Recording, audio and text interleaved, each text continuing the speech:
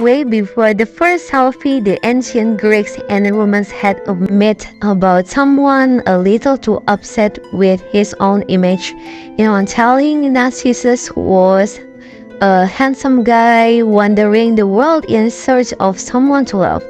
After rejecting name Echo, he caught a glimpse of his own reflection in a river and fell in love with it. Unable to tear himself away, Narcissus drowned. A flower marked the spot of where he died, and we call the flower the Narcissus. The myth captures the basic idea of narcissism, elevate and sometimes detrimental self-involvement. But it's not just a personality type that show up in advice columns. It's actually a set of traits classified and studied by psychologists.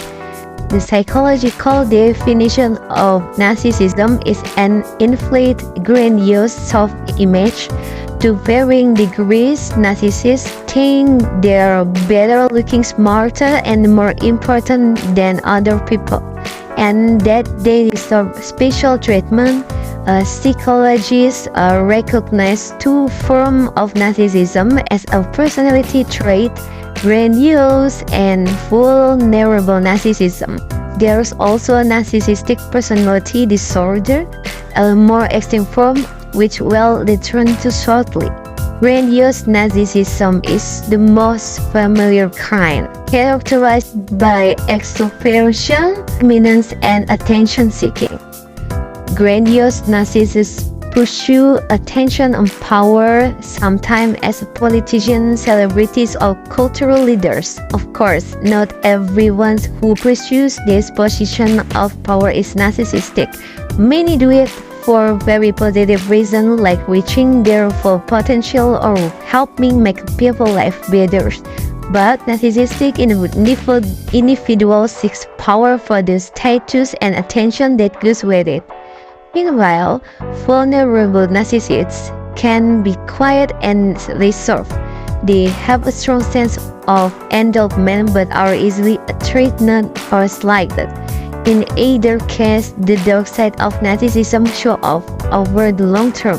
Narcissists tend to act selfishly, so narcissistic leaders may make risky or unethical decisions, and narcissistic partners may be dishonest or unfaithful. When their view of themselves is challenged, they can become resentful and aggressive. It's like a disease where the sufferers feel ridiculed, but the people around them suffer. Taken to the extreme, this behavior is classified as a psychological disorder called narcissistic personality disorder. It affects 1 to 2% of the population, more commonly men. It also a diagnosis reserved for adults. Young people, especially children, can be very self-centered,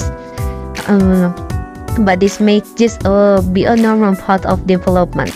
The 5th edition of the American Psychiatry Session Diagnostic and Statistical Manual describes several traits associated with narcissistic personality disorder.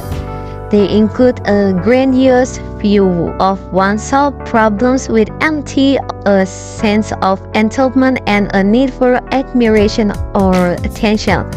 What makes this trait a true personality disorder is that they take over people's life and cause significant problems. Imagine that instead of caring for the spouse or children, you use them as a sort of attention or admiration. Or imagine that instead of seeking constructive feedback about your performance, you instead told everyone who tried to help you that you were wrong. So what causes narcissism? Twin studies show a strong genetic component, although we don't know which genes are involved, but environment matters too. Parents who put their child on a pedestal can foster when used narcissism. and cold, controlling parents can contribute to vulnerable narcissism. Narcissism also seems to be higher in cultures that value individuality and self-promotion. In the United States, for example, narcissism as a personality trait has been rising since the 1970s, when the communal focus of the 60s gave way to self-esteem movement and a rise in materialism. More recently, social media has multiplied the possibilities for self-promotion. Though it's worth noting that there is no clear evidence that social media causes narcissism. Rather, it provides narcissists a means to seek social status and attention. How can narcissists improve on those negative traits? Yes, anything that promotes honest reflection on their own behavior and caring for others, like psychotherapy or practicing compassion toward others, can be helpful. The difficulty is that it can be challenging for people with narcissistic personality disorder to keep working at self-betterment. For a narcissist, self-reflection is hard from an unflirting angle.